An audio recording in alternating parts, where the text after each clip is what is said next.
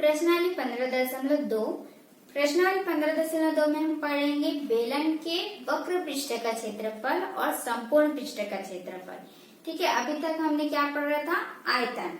तो आयतन में आयतन का क्या फॉर्मूला हो रहा था, आपको याद होगा, क्या होता है, बेलन के आधार का क्षेत्रफल। ठीक है, यहाँ पर क्या ले रहे थे हम, आधार का क्षेत्रफल ले रहे थे और गुणा में ऊंचाई लिख रहे थे, यही हम लिख रहे थे, है ना, बेलन के आयतन में। अब हमको बेलन का आयतन नहीं चाहिए, हमको क्या चाहिए, क्षेत्रफल। यानी कि इस आयतन की जगह हमारा क्या हो गया, क्षेत्रफल हो गया। हमको क्षेत्रफल निकालना है। ठीक है, तो यदि यहाँ पर क्षेत्रफल निकालना है तो यहाँ पर क्षेत्रफल कैसे हो सकता है, दोनों जगह तो क्षेत्रफल हो नहीं सकता। ठीक है, तो यदि यहाँ पर क्षेत्रफल नहीं होगा तो क्या होगा, तो देखो यहाँ पर हम इस तरह से बेलन बनाया है। ठीक है, इस तरह से। तो यदि हमको आयतन निकालना था तो हम पूरा निकाले थे आयतन, क्या क्या हो सकता है, तो यहाँ पर ये पूरा स्थान घेरा था। ठीक है, तो देखो ये जब इस तरह से वृत्त है, ठीक है, ये वृत्त है, तो हमने अंदर का हिस्सा लिया तो ये हमारा क्षेत्रफल होता है। ठीक है, अंदर का हिस्सा क्या होता है, क्षेत्रफल की कोई वस्तु कितना स्थान घेर रही है वो उसका क्षेत्रफल होता है। तो हमने क्षेत्रफल आयतन के लिए यूज कर लिया।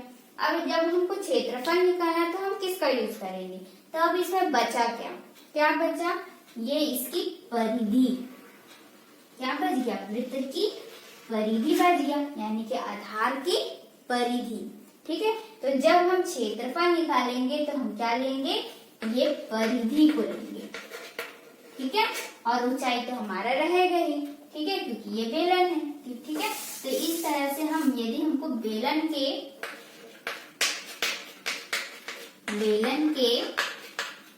वक्र पृष्ठ, ठीक है, वक्र पृष्ठ का क्षेत्रफल यदि ज्ञात करना है तो हमको ये, क्योंकि ये क्या है, बेलन का आधार है, तो आधार तो रहेगा ही, लेकिन आधार का क्षेत्रफल ना होंगे, हम क्या लेंगे, आधार की परिधि। ठीक है, तो यहाँ पर हम क्षेत्रफल ना लिख के क्या लिखेंगे, आधार की परिधि गुणा ऊंचाई। तो ये फॉर्मूला हो गया बेलन के वक्र पृष्ठ के क्षेत्रफल का। ठीक है, क्या होता है, आधार की परिधि गुणा ऊंचाई।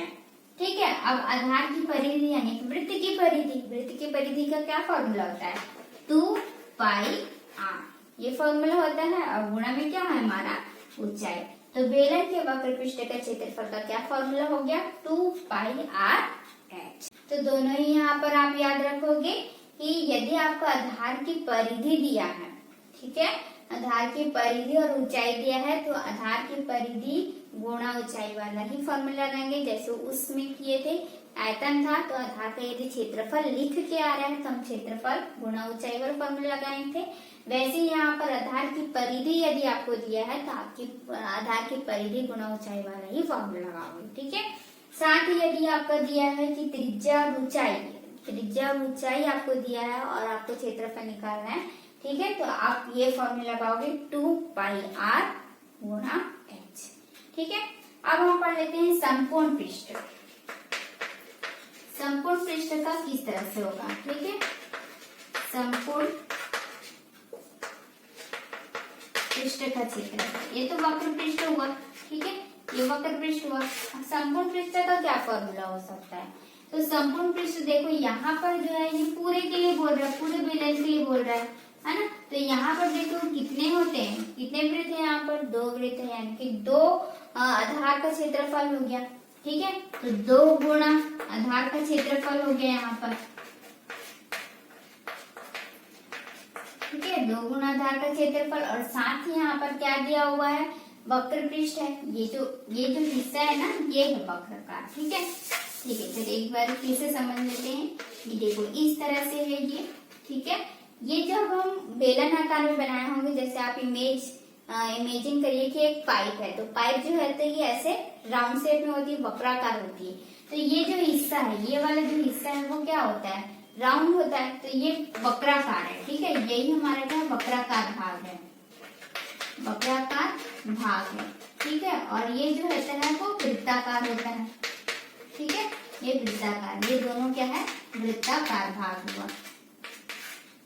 ठीक है, तो हम जब वक्र का पृष्ठ का क्षेत्रफल निकाले, ठीक है, अंदर हिस्से का, तो ये आपका क्या होगा, आधार की परिधि गुणा ऊंचाई हो गई।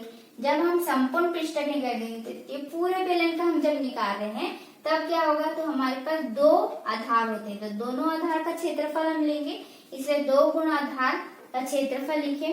अब यहाँ पर क्या होता है, वक्र पृष्ठ भी आता है, तो वक्र पृष्ठ का क्षेत्रफल भी यूज करेंगे।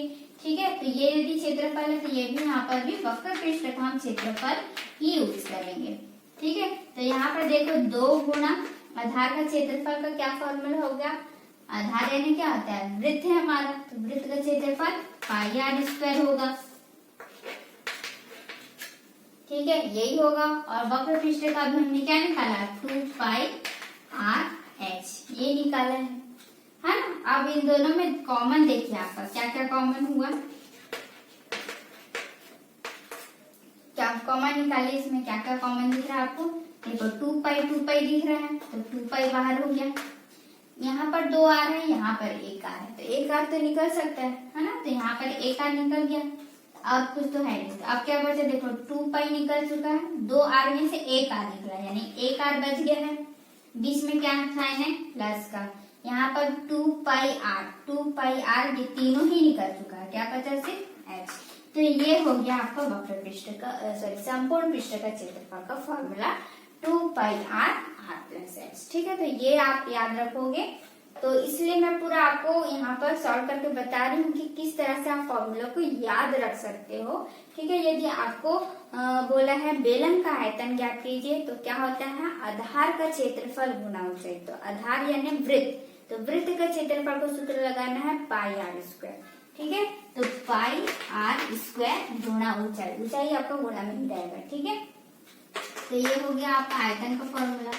जब आपको वक्र पृष्ठ का क्षेत्रफल हो रहा है तो क्या हो जाएगा, आधार की परिधि गुणा ऊंचाई, तो आधार की परिधि यानी कि वृत्त की परिधि क्या सूत्र आता है, 2 पाई आर गुणा एच हो गया। ठीक है, और जब आपको संपूर्ण बोल रहा है, संपूर्ण यानी कि दोनों वृत्त का ही आपको लेना है, दोनों आधार लेना पड़ेगा, तो 2 आधार, इसलिए 2 से गुणा हो गया, मैंने 2 से गुणा कर दिया, तो 2 पाई आर स्क्वायर हो गया प्लस 2 पाई आर एच, जो अभी हमने निकाला, फिर दोनों में जो कॉमन निकालोगे तो इस तरह से आ गया 2 पाई आर प्लस एच। चलिए अब इसका क्वेश्चन हम सॉल्व करते हैं। प्रश्नावली 15.2 में फर्स्ट नंबर क्वेश्चन बोल रहा है आपको वक्र पृष्ठ और संपूर्ण पृष्ठ का क्षेत्रफल ज्ञात करना है, जिसमें त्रिज्या और ऊंचाई आपको दिया है। ठीक है, तो जैसे कि हमने पिछले वीडियो में पढ़ा हुआ था, आयतन ज्ञात कर रहे थे जिसमें त्रिज्या और ऊंचाई दिया हुआ था। ठीक है, और सिर्फ हमने क्या किया था, फॉर्मूले में मान रखा था और हमने सॉल्व किया था।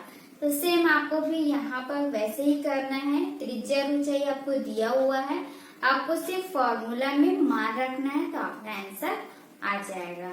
ठीक है, इसके बाद के क्वेश्चन में आपको सेम दिया हुआ है, वक्र पृष्ठ का क्षेत्रफल ज्ञात कीजिए, फिर संपूर्ण पृष्ठ का क्षेत्रफल ज्ञात कीजिए, तो उससे ही आपका संबंधित है, तो इसलिए मैं यहाँ पर उसको सॉल्व नहीं कर रही हूँ। इसके बाद के क्वेश्चन को मैं यहाँ पर सॉल्व करके आपको दिखाऊंगी।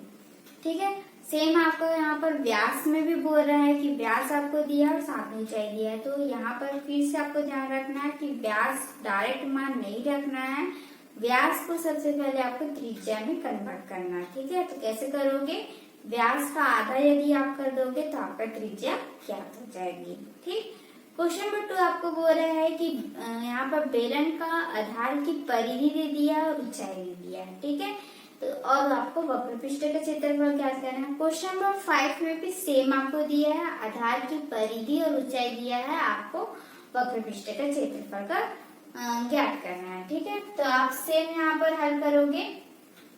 ठीक है, इस तरह से आधार की परिधि और जो भी आपको दिया है उसको आप लिख लीजिए कि आधार दिया है, मैं आधार की परिधि क्या दिया हुआ है और ऊंचाई क्या दिया है, आधार की परिधि गुणा ऊंचाई, इस तरह से आप फॉर्मूला पुट करोगे, और जो भी आपको मान दिया है, जैसे कि कुछ भी दिया हुआ है, ठीक है, इस तरह से यदि दिया है तो आपको उससे क्या करना है, दोनों को गुणा कर देना है और आपका आंसर ज्ञात हो जाएगा। ठीक है, बस यहाँ पर आपको ध्यान रखना है कि आप क्या ज्ञात कर रहे हो, क्षेत्रफल ज्ञात कर रहे हो, तो यहाँ पर घन नहीं आएगा, यहाँ पर वर्ग ही आएगा। ठीक है, तो यहाँ पर जो भी आंसर आएगा आपका वर्ग में ही आएगा, तो वर्ग सेंटीमीटर है तो वर्ग सेंटीमीटर होगा।